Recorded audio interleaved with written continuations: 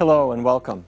About 9 out of 10 people who have diabetes have type 2 diabetes, what we used to call adult onset diabetes, because that's when it normally occurs. Although I have to say we're seeing it in younger and younger age groups. You'll even see kids in high school who are starting to develop this. What causes it? It might surprise you that a certain line of research has shown that the cause of type 2 diabetes might actually be inside the cells that make up your muscles. Muscle cells? How can that be? Here's what happens. Normally insulin, which is made in the pancreas, gets in the bloodstream and it arrives at the muscle cells. It acts like a key to open up little doors to allow glucose or blood sugar to come inside the cell. But it turns out that muscle cells will start storing bits of fat right inside the cell. And you imagine, well, maybe they're using that fat in case we decide to run a marathon someday. That fat will be a good fuel source for us or something. But as that fat builds up to higher and higher levels, it's kind of like gum in a lock. You know, you've got the key, you put it in the lock, but somehow it's just not turning. So insulin, it's made in the pancreas, gets in the blood, goes to the cell, it's trying to open the lock, and it just, well, eventually it'll get it open, but it's a real job. Well, we're not talking gum in the lock, we're talking about fat building up inside the muscle cells. Why is that? Well, there are little tiny organs, tiny organelles inside the cell called mitochondria. They are burners. Their job is to burn up that fat and get rid of it. And that may be the problem, that maybe we're just born with too few of those mitochondria. They're just not burning up the fat like they should be.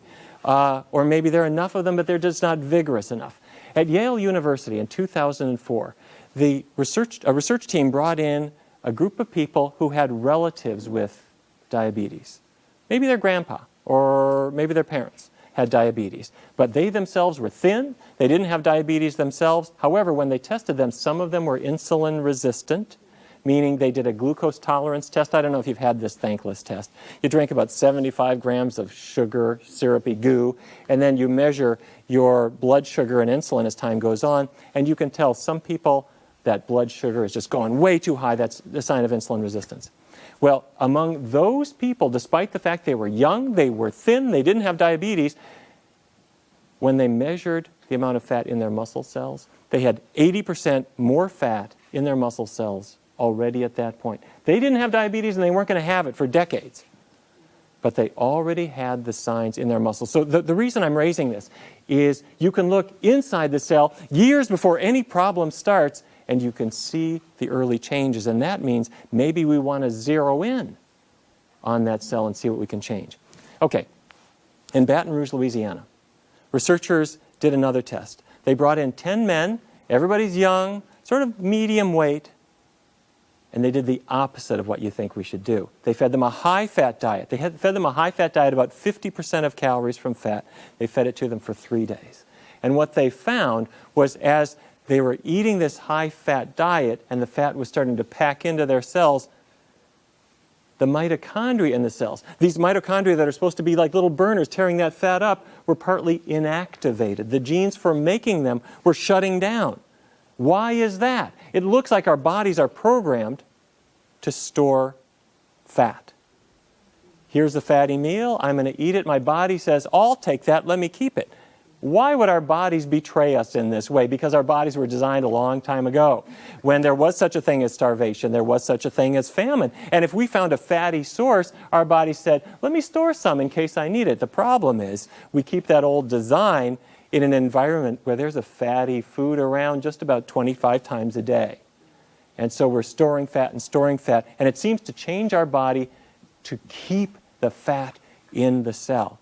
So researchers in Rome at the Catholic University did a study that I suggest you not volunteer for.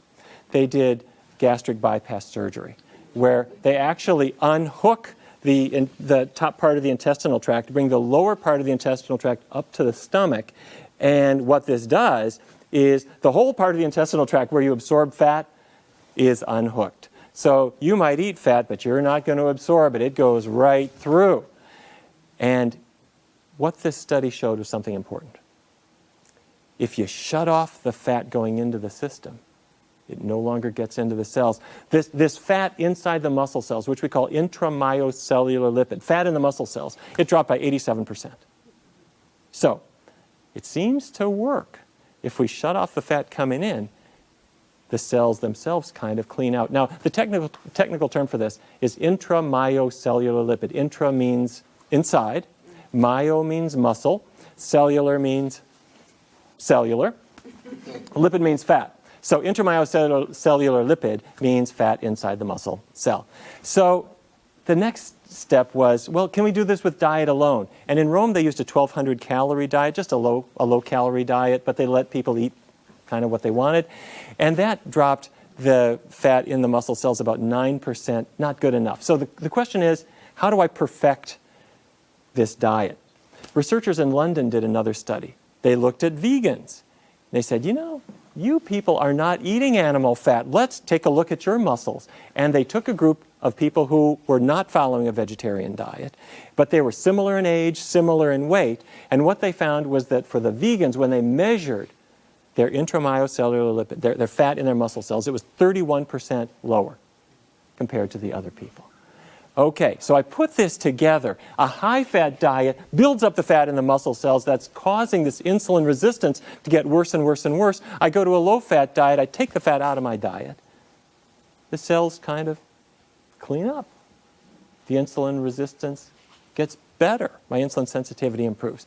Okay, so let's just review a little bit. What we're talking about in this program is you go on a diet that is going to bring you not only weight loss and lower your cholesterol level, but it addresses the cause of the diabetes itself. And there are 3 keys: vegan, no animal products.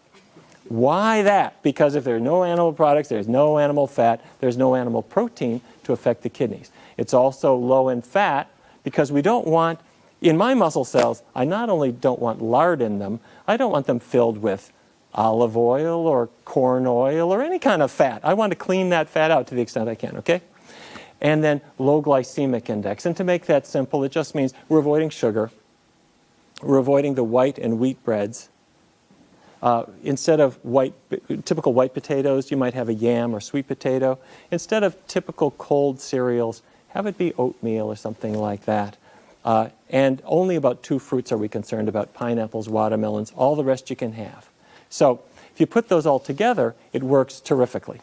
Now, also don't forget to take a multiple vitamin to give you all the B12 that you're going to need. Also vitamin D, since you're indoors, you're not getting sunlight, the multiple vitamin will cover you for that. And there you've got it. It's a great system. It's kind of surprising, though, isn't it, if you think about it, that diet can actually improve what's going on in the cells themselves. But as that happens, it improves diabetes too. Thank you very much.